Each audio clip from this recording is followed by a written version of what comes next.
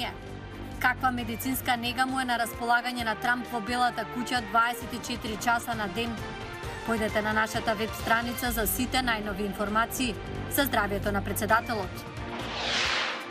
А поранешниот председател на САД, Џими Картер, неодамна наполни 96 години. Но дали годините влијаат врз неговата вклученост во јавниот живот? За ова и многу повеќе во продолжение. Почнуваме веднаш. Поздрав до сите што не гледаат. Јас сум Милена Ѓоргиевска. Ова е Ньюсфлеш на Гласот на Америка на македонски од Вашингтон. Џими Картер е првиот председател на САД кој доживеал 96 години. Тој се уште е активен и одблизу ја следи изборната кампања. Пред да слушнете повеќе за ова, да ве потсетам дека за сите информации за состојбата на Трамп можете да појдете на нашата веб страница и на социјалните медиуми. Кога зборуваше за Гласот на Америка минатиот септември во пресрет на неговиот 95-ти роден ден, поранешниот председател Џими Картер, кој се избори со рак во 2015 година, откри дека годините почнале да се познаваат. Паднав пред неколку месеци и го скршив левиот колк. Сега учам како да одам повторно. Но се уште сум психички активен и инволвиран во центарот Картер, кога има потреба. Неколку дена по интервјуто, Картер повторно падна во неговиот дом во Џорџија, што можеше да се види на настан во Нешвил, Тенеси, каде Картер, заедно со неговата сопруга Розалин, беше на годишнина на негов проект за градење домови Хабитат. Вчера паднав и ги повредив челото и окото, но добар сум. Се чувствувам доволно добро да градам куќи. Нови тестови покажаа дека повредата на Картер предизвикала крварење во мозокот, за што беше потребна операција и долго заздравување потоа. Се мачеше да ги поврати говорот и мобилноста. Авторот Джонатан Алтер вели дека сите овие здравствени проблеми, заедно со рестрикциите поради пандемијата, се одразиле врз некогашниот полн распоред на Картер. Ситуацијата со ковид е фрустрирачка за него. Не сака црква на Зум. Не предавал ниту во неделната школа, што е многу важно за него.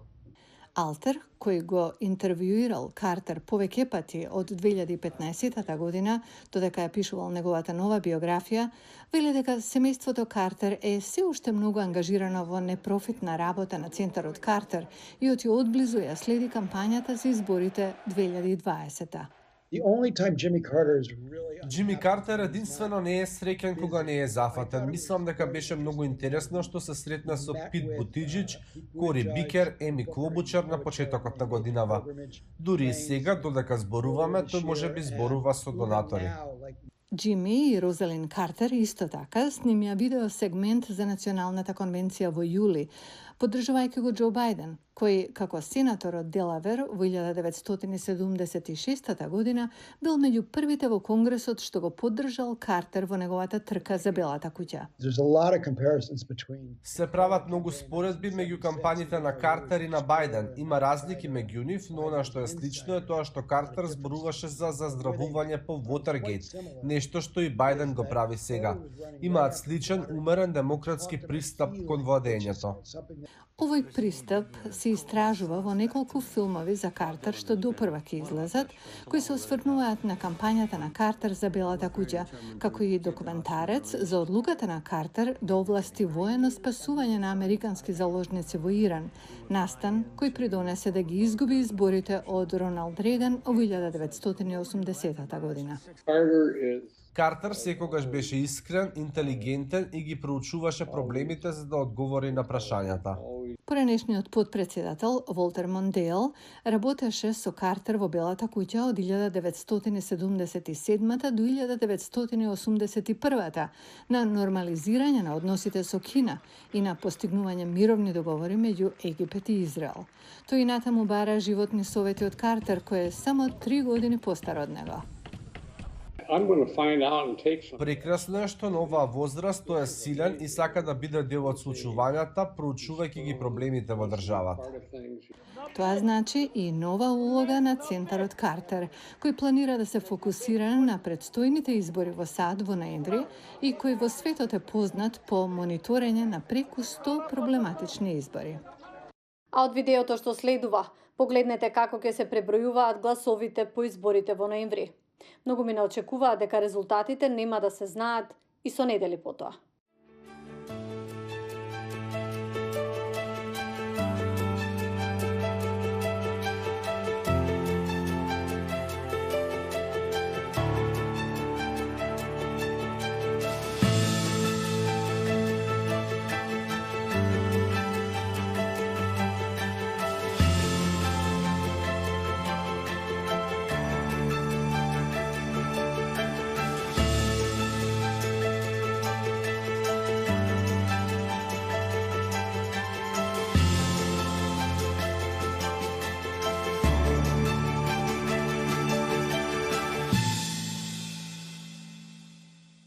И во тек се подготовките за заминување на новиот екипаж на меѓународната вселенска станица. НАСА најави дека се очекуваат нови научни експерименти. Ара Шарабасади за ова.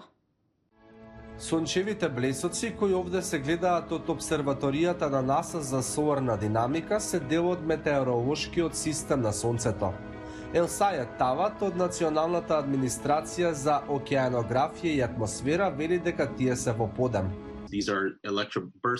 Тие се изливи на соларна енергија од Сонцето кои може да предизвикаат прекини во радиосигналите и да влијаат на работењето на итните служби и на комуникацијата на авионите. Метеоролошкиот систем на Сонцето го сочинуваат на електризирани честички и радиација. Тие не влијаат физички на нас овде на Земјата, но може да имаат влијание на работењето на мобилните телефони или на GPS системите. Тават објаснува за долгорочните напори за заштита на нашата технологија од нив. Метеоролошките случувања на Сонцето се дел од меѓународните, национални и локални вежби за справување со воредни ситуации. На сите нива се подготвуваме како би одговориле на овие големи настани. Сонцето влегува во максималната фаза на блесоци која е наречена соларен максимум. Сончевата радиација повремено може да биде опасна и за астронаутите кои работат во Вселената. Оваа недела во одзвездениот град во Русија во тек се подготовките на новиот екипаж за меѓународната вселенска станица. При крај се со тестовите пред лансирање. Ова е астронаутката на НАСА Кетлин Рубинс. Има многу возбудливи нешта на овој лет. Најпрво, ова е 20 годишнина од меѓународната вселенска станица. Потоа ќе го имаме првото спојување на леталото Змеј и се разбира ќе правиме многу научни експерименти кои ги очекувам со нетрпение. Рубинс заедно со двајца руски космонаути треба да полете од Казахстан на 14 октомври. Од другите настани. На оваа фотографија се гледа парче мраз со површина од 113 квадратни километри кое се оддели од Гренланд. Нови снимки од дронови покажуваат дека топењето на мразот се заканува на целиот Арктик, вели експертот за поларни диви животни Том Форман.